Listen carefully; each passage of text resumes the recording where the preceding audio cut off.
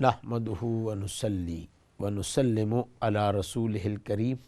اما بعد۔ محترم ناظرین سامعین کرام، السلام علیکم ورحمۃ اللہ وبرکاتہ۔ دین و دنیا کا یہ پروگرام ہے اور اس کا یہ دوسرا حصہ ہے۔ بریک کے بعد ہم آپ کی خدمت میں حاضر ہوئے ہیں۔ آپ ہمارے ساتھ اس پروگرام میں شریک ہو سکتے ہیں۔ آپ خواب ہمیں کال کر کے بتا سکتے ہیں، اس کا مطلب ہم آپ کو اسی وقت اسی پروگرام میں دے دیتے ہیں۔ اسی طریقے سے کوئی مسئلہ پوچھنا چاہیں، شرعی رائے آپ کو چاہیے، وہ بھی ہم آپ کو اسی پروگرام میں دے سکتے ہیں۔ اسی طریقے سے اگر آپ دعا کے لیے فون کرنا چاہیں تو دعاؤں کی درخواست بھی آپ ہمارے سامنے ذکر کر سکتے ہیں۔ جنات عملیات کے سلسلے میں آپ کو رہنمائی کی ضرورت ہو تو انشاءاللہ تعالی وہ بھی آپ کو ہم یہاں پر اسی پروگرام میں بتا سکتے ہیں اور رہنمائی ہم کر سکتے ہیں، مشاورت ہماری ہو سکتی ہے انشاءاللہ تعالی۔ تو میرا عرض کرنے کا مقصد جو پہلے اس میں تھا کہ ہم اپنے بس میں جو کچھ ہوتا ہے ہم وہاں پر جناب رسول اللہ صلی اللہ علیہ وسلم کی شان بیان ہم کرتے ہیں، اپنے گلے شکوے ہم سناتے ہیں، مگر ابھی قریب مدت میں پوری دنیا کے سامنے مسلمانوں کے مسائل میں سے اہم مسئلہ اسلامک فوبیا کا مسئلہ تھا۔ اسلام سے لوگ ڈرتے ہیں، نام سن کر سمجھتے ہیں پتہ نہیں ہم پر کیا آئے گی، اور ہر بات کے اندر اور اسلام فوبیا کے ساتھ مسلمانوں سے ڈر رکھنا،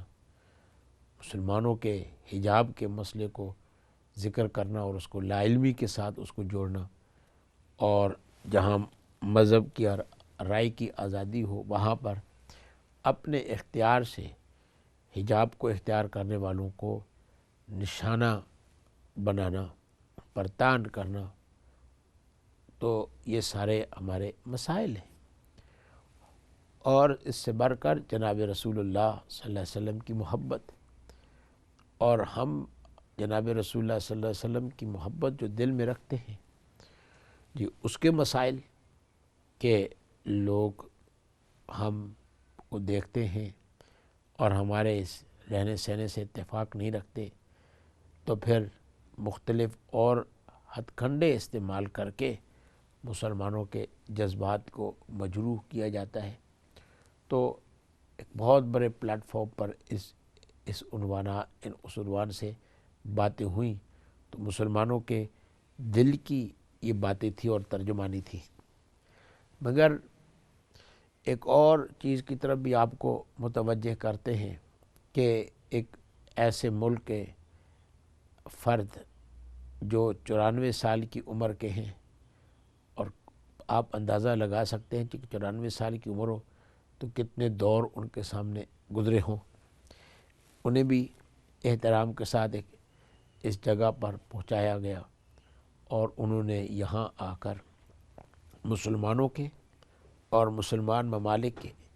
اجتماعی مسائل بیان کیے اور دنیا کو ان مسائل سے آگاہ کیا اور سمجھانے کی کوشش کی۔ تو ہم ایسے تمام حضرات کے لیے ہمیں چاہیے کہ ہم اللہ تعالیٰ کا شکر ادا فرمائیں کہ جو ہمارے اصل مسائل کی طرف توجہ دیتے ہیں اور اس پر انہوں نے بات چیت کی ہے۔ تو جس شخصیت کی میں بات کر رہا ہوں، یہ ملیشیا کے صدر اور وزیر اعظم ہیں۔ ان کی عمر 94 سال کی ہے،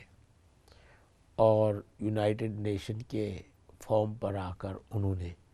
مسلمان ممالک کے مسائل ایک مثبت انداز میں پیش کیے۔ انہوں نے اپنی گفتگو میں اس چیز کی طرف متوجہ کیا کہ ہمارے ایسی تاریخ میں کبھی بھی ایسا نہیں ہوا جو اس وقت ہو رہا ہے، اور وہ یہ کہ جن ملکوں کے لوگ رہتے تھے اور جن کے مالک تھے، اپنے اصلی جاہ پیدائش سے ان کو نکال باہر کیا جا رہا ہے۔ تو ایک یہ گلا شکوہ کیا۔ ایسا کبھی بھی نہیں ہوا کہ اتنی بڑی تعداد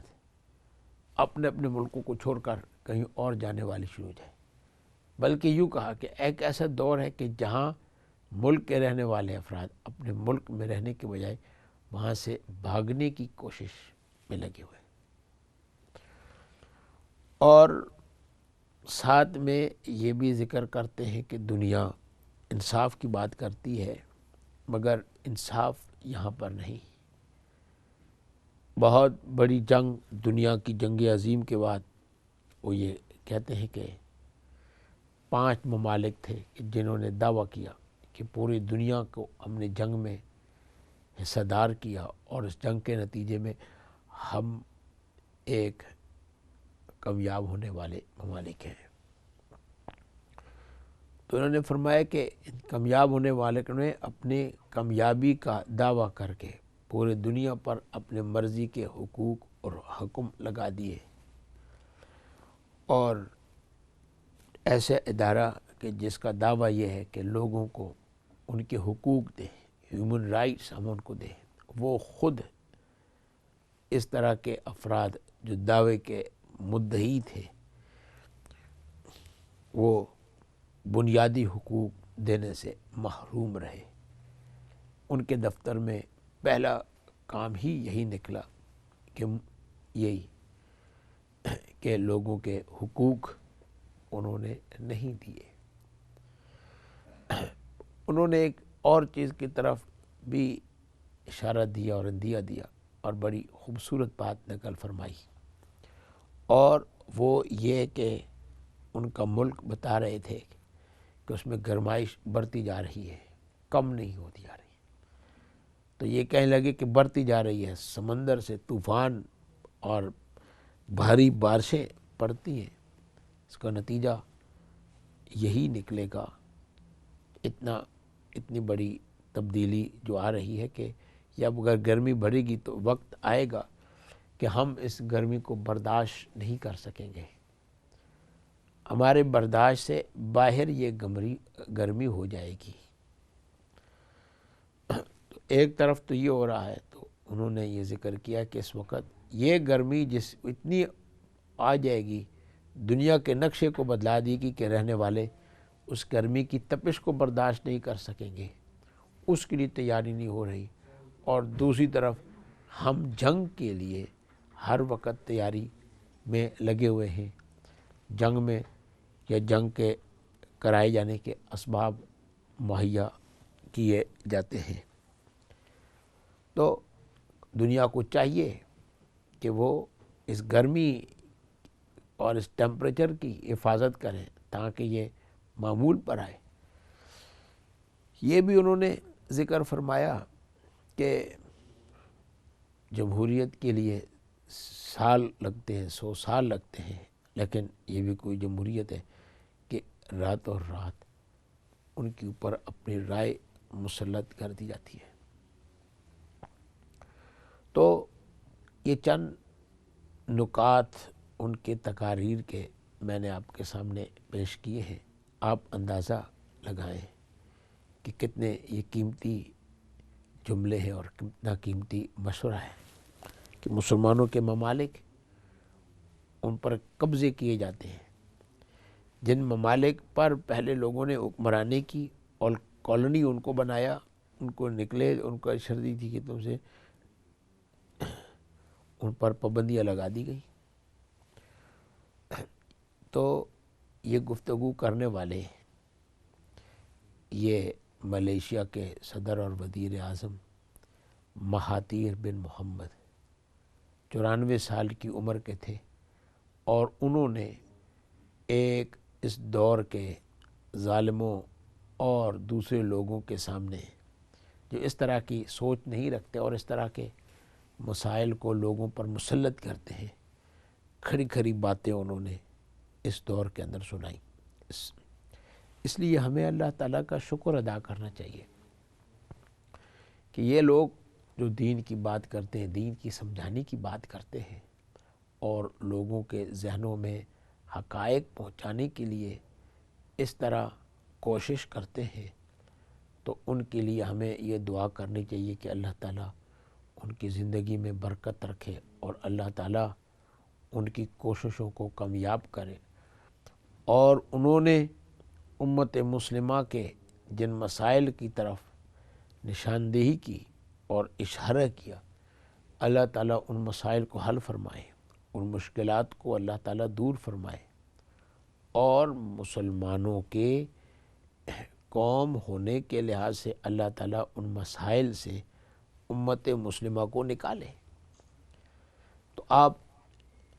جو میں نے چند باتیں آپ کے سامنے ذکر کی، اس سے آپ اندازہ لگا سکتے ہیں کہ کتنے مخلص اور کس قدر گہرا مطالعہ اور سمجھ موجود ہے جو مسلمانوں کے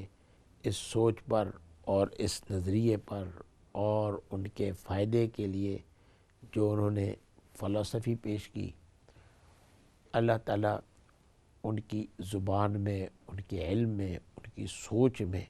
اللہ تعالیٰ برکت عطا فرمائے اور ان کو کامیاب کرے۔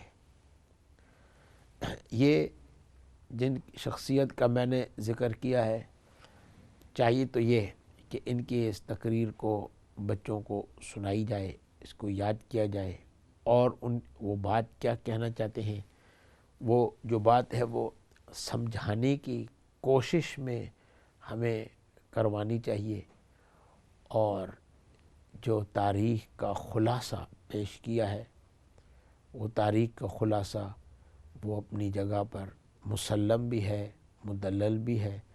اور اس سے ہمیں استفادہ حاصل کرنے کی پوری طرح کوشش کرنی چاہیے۔ تو عرض کرنے کا مقصد یہ ہے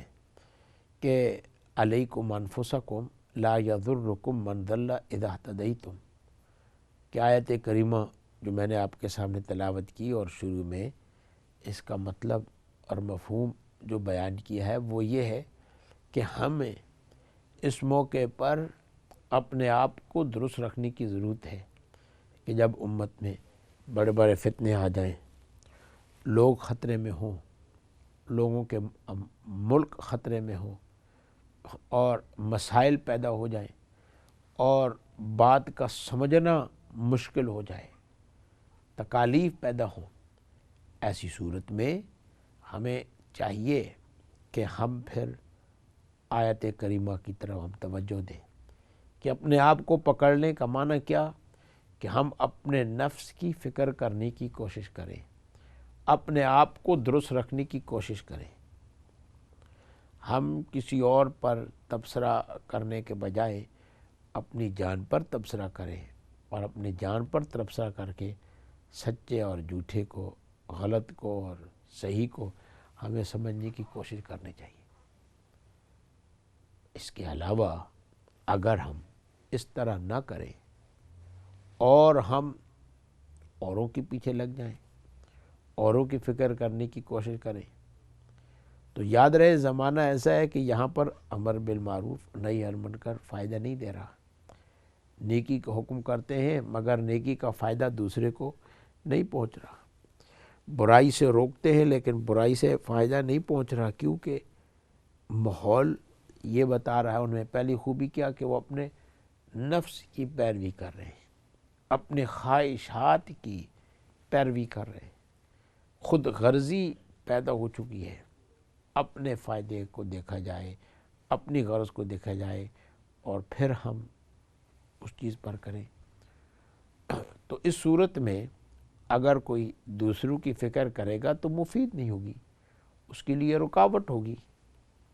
کیونکہ دوسرے کی نصیحت ماننے کے لیے ضروری ہے کہ وہ ان تمام کمزوریوں سے پاک ہو، اور اس طرح کی کمزوری اس کی یہاں نہ ہو، خود غرضی موجود نہ ہو، اور دنیا کی ترجیح نہ دی جائے، دنیا کے مسائل کو محض دنیا کی وجہ سے۔ تو انسان کے اوپر جب ان چیزوں کی محنت آ جاتی ہے اور انسان ان چیزوں کی طرف توجہ دیتا ہے تو رہنمائی ملتی ہے۔ تو اپنے آپ کے فکر کرنے کا معنی یہی ہے کہ انسان خود اللہ کی عبادت میں لگ جائے، اللہ کی یاد میں لگ جائے، رسول اللہ صلی اللہ علیہ وسلم کے اوپر درود پڑھنے میں لگ جائے، اپنے غلطیوں کا نوٹ کرے، نشانہ رکھے، اور پھر آئندہ ان غلطیوں سے اپنے آپ کو بچانے کی کوشش کرے اور اسی محنت کے اندر لگا رہے۔ جب اسی محنت کے اندر لگا رہے گا تو پھر اللہ تعالیٰ کی رحمت شامل حال ہوگی، اور خاص طور پر جہاں پر رائیوں کا اختلاف ہو، سوچوں کا اختلاف ہو، طریقہ کار کا اختلاف ہو، تو اس میں معزز لوگوں کے ساتھ جو ہے وہ اس کے ساتھ ہمیں اپنے آپ کو درست رکھنے کی کوشش میں لگا رہنا چاہیے۔ اگر ہم اس طرح کے اپنے اعمال کو ہم درست کریں اور اللہ کے ذکر کے اندر لگے رہیں اور اپنے نفس کی فکر رکھیں تو انسان کو اس سے فائدہ ہوگا، راہ راست پر آئے گا، انسان کی زندگی بنتی جائے گی، غلطیوں سے انسان محفوظ ہوگا، گناہوں سے اپنے آپ کو بچانے والا ہوگا۔ جی، تو خلاصہ یہ ہے کہ جب ماحول ناساز ہو جائے اور ماحول اس طریقے سے بن جائے کہ وہاں کسی کے رائے کو وزن نہیں دیا جاتا ہو، بنیادی طور پر دنیا اور دنیا کے تقاضوں کو دیکھ کر ہی صرف اسی پر عمل کرتا ہو، اور جب امور کا آپس میں تقابل ہو تو صرف اور صرف انہی امور کو لیا جائے، تو پھر یہ ہے کہ انسان کو اپنی نفس کی فکر اور اپنی جان کی فکر میں انسان لگا رہے۔ تو آیت کریمہ کی طرف ہم آتے ہیں۔ اے ایمان والو علیکم انفسکم، اپنے آپ کو پکڑو، اپنی فکر رکھو، دوسروں کے فکر میں مت پڑے، کیونکہ دوسرے کے فکر میں پڑیں گے تو ہو سکتا ہے بہتان کیوں نہ ہو جائے، تو غلطی اور نقصان تمہارا ہوگا اور فائدے کے لیے رکاوٹ ہو جائے گی۔ تو اپنے آپ کی فکر یہ کرو، اپنے اعمال کی طرف نظر ثانی کرو اور دیکھو کون سا اچھا عمل ہے، کون سا برا عمل ہے، برے اعمال سے بچاؤ اور اچھے عمل کو پیدا کرنے کی کوشش کرو۔ اور من ضل، جو راہ راست سے ہٹے ہوئے ہیں تو وہ تو بھٹک چکے ہیں، آپ کیوں بھٹکے ہیں؟ اپنے رائے پر گمن کر رہے تھے، یا دنیا کا مفاد ان کو نظر آیا۔ تو جب ایسا ماحول ہوگا تو پھر دوسروں کی فکر مفید نہیں ہوگی، اور دوسروں کی جب فکر مفید نہیں ہوگی اور اس میں لگنے سے وقت کا ضیاع ہوگا، اور جو بات رکھیں گے وہ مانی نہیں جائے گی، اس کا ریاکشن ہوگا، اپنے غلط کام کو درست کرنے کے لیے وہ مختلف اعمال کیے جائیں گے۔ تو اس چیز سے ہم کو منع کیا گیا ہے اور سمجھا دیا گیا ہے اس خوبصورت روایت کے ذریعے سے، جو روایت ترمذی شریف کے اندر تھی۔ تو اس لیے میرے تمام بھائی اور دوستوں بزرگوں، ہمیں یہ ہے کہ دوسروں کے اعمال کے درست کرنے کی طرف اتنی زیادہ توجہ ہم نہ دیں دوستوں میں، احبابوں میں، بلکہ زیادہ ہم اپنے آپ کو درست رکھنے کی کوشش کریں، اپنی نمازوں کو درست کرنے کی کوشش کریں، اپنے وضو کرنے کو جناب رسول اللہ صلی اللہ علیہ وسلم کا طریقہ ہے جی اس کے مطابق عمل کرنے کی ہم کوشش میں لگے رہیں، تو اس سے فائدہ ہوگا، نقصان سے بچ جائیں گے، تکلیفوں سے اپنے آپ کو بچا دیں گے۔ آخر میں اللہ تعالیٰ نے فرمایا اِلَى اللَّهِ مَرْجِعُكُمْ جَمِيعًا، آخر کار تو اللہ تعالیٰ کے پاس جانا ہے، اور سب نے جانا ہے، کسی نے پیچھے نہیں رہنا ہے، اور اللہ تعالیٰ کے سامنے پیش ہو جائیں گے تو اللہ تعالیٰ فَيُنَبِّئُكُمْ بِمَا كُنتُمْ تَعْمَلُونَ، اللہ تعالیٰ بتا دیں گے کہ دنیا میں کیا کام کر رہے تھے۔ جی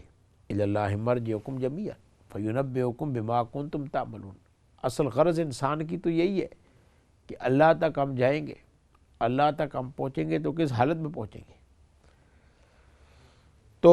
اس سخت حالت میں پہنچنے کے لیے اللہ تعالیٰ سے ہمیں دعا بھی کرنی چاہیے، فَقْبِضْنِی إِلَيْکَ غَیْرَ مَفْتُونٍ۔ تو یہ ہے کہ اللہ جب تو ہماری روح کو قبض کرے اور روح نکالے، فَقْبِضْنِی غَیْرَ مَفْتُونٍ، تو اس حال میں ہو کہ ہم کسی آزمائش میں مبتلا نہ ہو، ہم کسی فتنے کا نشانہ نہ بنے ہو، حصہ نہ بنے ہو، ان مصیبتوں سے ہماری نجات ہو اور ان تکلیفوں سے ہم جو ہے وہ بچے رہیں۔ اللہ تعالیٰ دکھا دیں گے، فَيُنَبِّئُكُم بِمَا كُنتُمْ تَعْمَلُونَ، اللہ تعالیٰ تم کو بتا دیں گے یا وہ نہیں۔ تو یہ آیت کریمہ جو میں نے تلاوت کی اور دنیا کے پس منظر میں اور منظر میں جو چند باتیں میں نے آپ کے سامنے پیش کی ہیں، تو اس کا خلاصہ یہ ہوا کہ بعض لوگ وہ ہیں جو ابھی تک مایوس نہیں ہوئے، امید رکھے ہوئے ہیں کہ لوگوں کو اپنے موقف سے ہم آگاہ کر سکیں گے اور بچا سکیں گے۔ ان کے لیے ہمیں دعا کرنی چاہیے کہ اللہ تعالیٰ ان کی کاوشوں کو قبول فرمائے، ان کی محنتوں کو قبول فرمائے، اور جتنے مسائل ہیں اللہ تعالیٰ امت مسلمہ کے مسائل کو اللہ تعالیٰ حل فرمائے۔ تو امر مطاع اور ہوائے متبع اور ایثار دنیا، محض دنیا کی وجہ سے، اور ایجاب رأی کل رأی، کہ ہر آدمی اپنی رائے پر اور سوچ پر ہی گھمنڈ کرے اور اسی کو حرف آخر سمجھے اور کسی کی بات کو ہی نہ سمجھے۔ یہ چیزیں تھیں جن سے ہم کو آگاہ کیا گیا ہے، بتا دیا گیا ہے۔ تو ہمیں اللہ تعالیٰ سے دعا کرنی چاہیے کہ اللہ تعالیٰ ہمیں احکام پر عمل کرنے کی توفیق دے اور ہر طرح کے فتنے سے اللہ حفاظت فرمائے۔ جتنے بھی ساتھی اس پروگرام میں بیٹھے ہیں اللہ تعالیٰ ان کے بیٹھنے کو فرمائے، دعاؤں کو قبول فرمائے۔ انہی کلمات سے آپ سے اجازت چاہتے ہیں۔ السلام علیکم ورحمۃ اللہ وبرکاتہ۔